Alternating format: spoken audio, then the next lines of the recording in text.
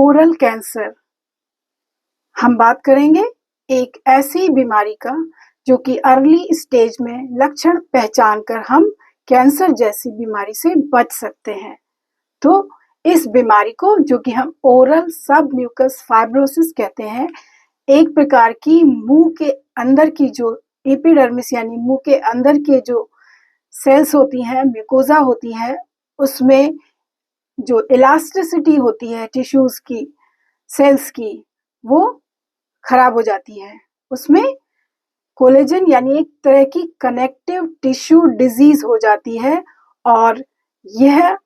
जो कि ओरल सब म्यूकस फाइब्रोसिस है, ये अगर समय से ना ठीक की जाए तो मुंह के कैंसर में बदल सकती है। और समय से ध्यान देने पर, जल्दी समय से इलाज करने पर ये कैंसर को ठीक किया जा सकता है और बेहतर किया जा सकता है, जिसको कि लक्षणों के आधार पर हम समय से पहचान लें। सबसे पहले हम जानेंगे कि क्या लक्षण हैं जो हम इस ओरल सब म्यूकस फाइब्रोसिस, जो कि मुंह के अंदर जो गाल स्किन यानी स्किन चीक्स की स्किन होती है, इंटरनल म्यूकोसा होती है, उसमें जो है कई प्रकार से वाइटनेस यानी सफेदी सी आ जाती है, कुछ कड़ापन सा आ जाता है, और सबसे जो महत्वपूर्ण चीज है कि मुंह खोलने में धीरे धीरे प्रॉब्लम होती है, यानी मुंह नहीं खुलता है,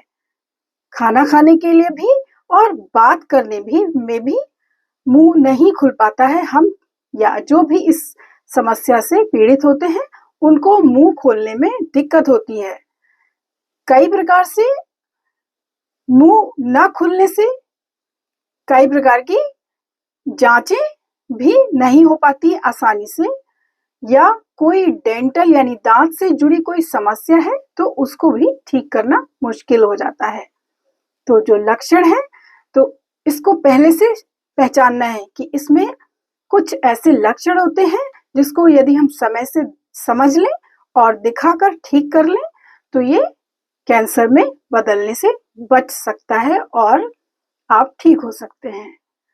मुंह के अंदर छाले हो सकते हैं, लंबे समय से अगर बार बार छाले निकल रहे हो, मुंह में कुछ खाने से, कोई तीखी चीज खाने से या स्पाइसी चीज खाने से बार बार जलन हो रही हो, या मुंह ना खुल पा रहा हो पूरी तरह से, मुंह बहुत कम खुल रहा हो,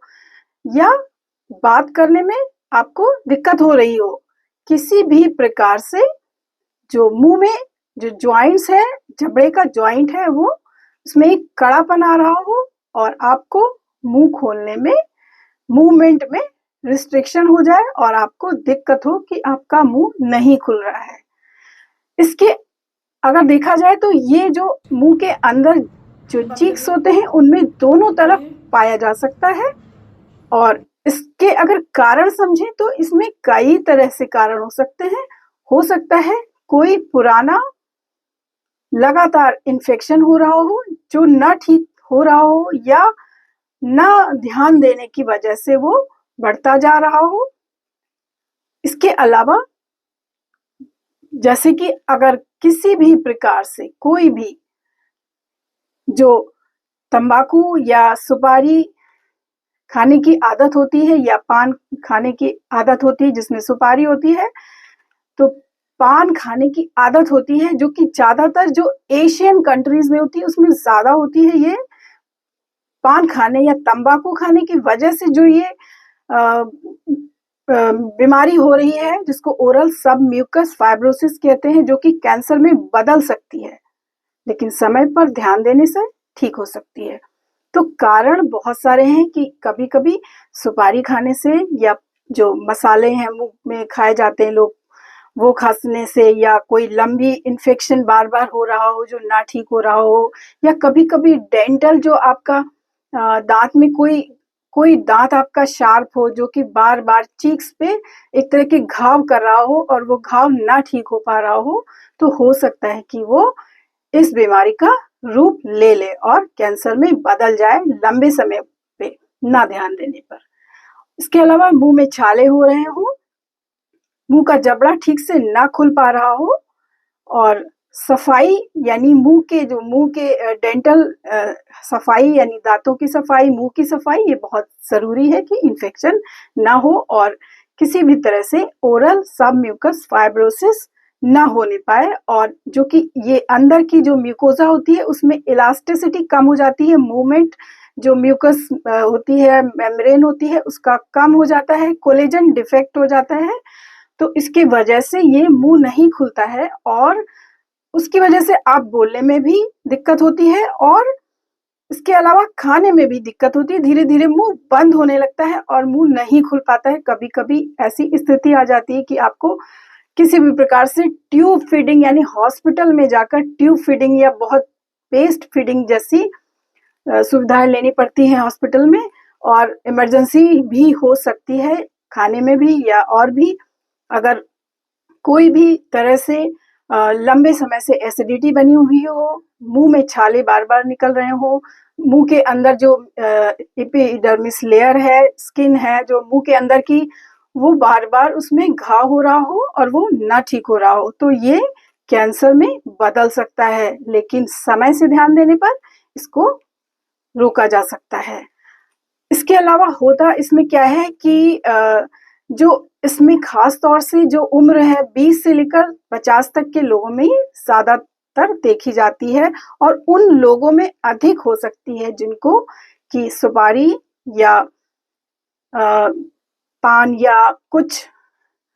न्यूट्रिशन की कमी भी एक कारण है। कई कारणों से जब मुंह के अंदर कुछ ऐसे मिनरल्स कॉपर या कुछ बढ़ जाते हैं सलाइवा में, तो जो अंदर की म्यूकोजा होती है वो डैमेज होने लगती है और घाव की तरह बन जाती है, जो कि नहीं ठीक होती है और लंबे समय तक ना ठीक होने की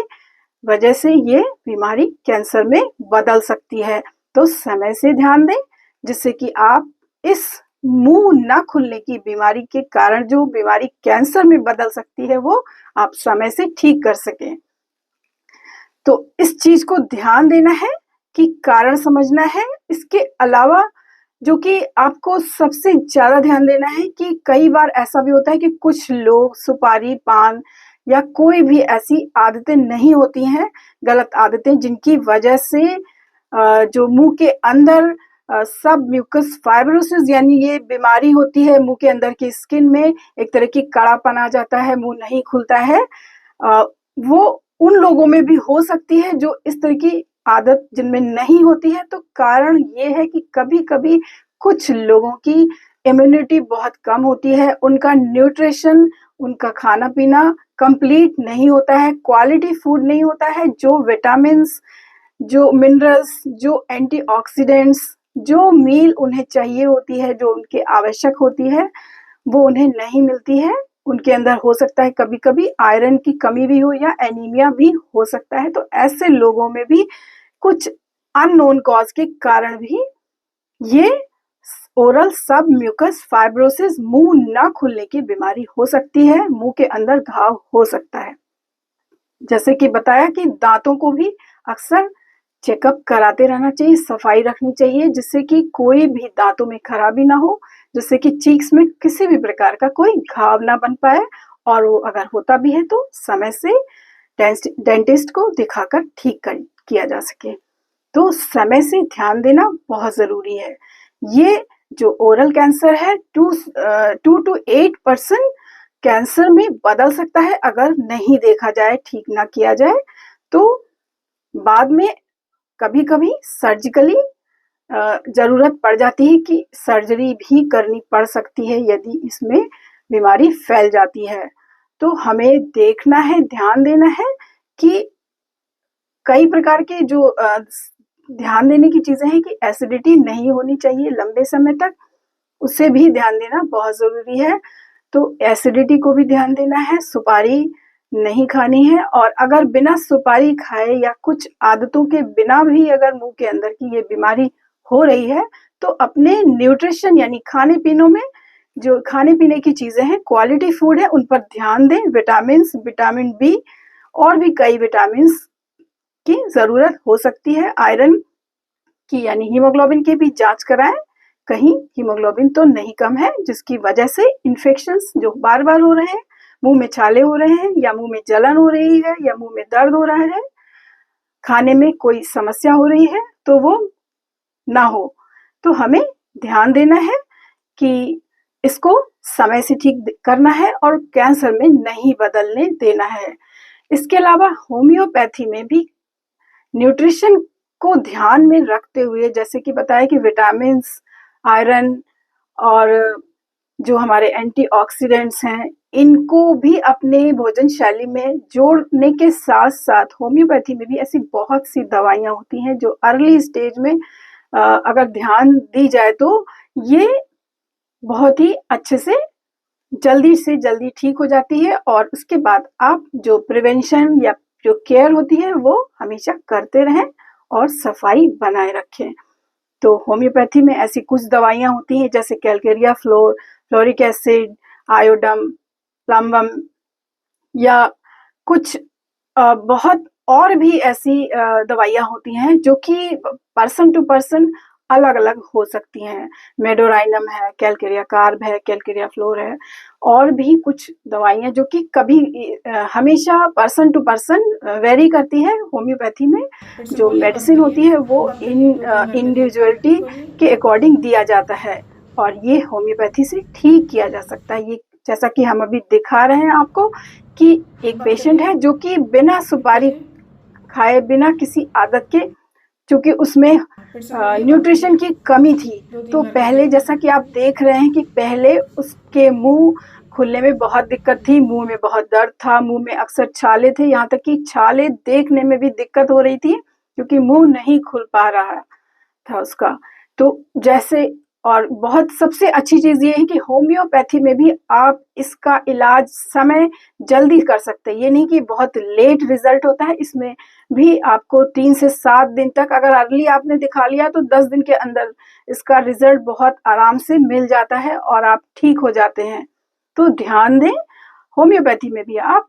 इस ओरल सबम्यूकस फाइब्रोसिस को कैंसर में बदलने से रोक सकते हैं और बेहतर कर सकते हैं, ठीक कर सकते हैं। तो समय से ध्यान दें और ओरल कैंसर से बचें। इसके साथ ही साथ भोजन शैली पर विशेष ध्यान दें। विटामिन्स और आयरन का खाने में होना बहुत ज़रूरी है।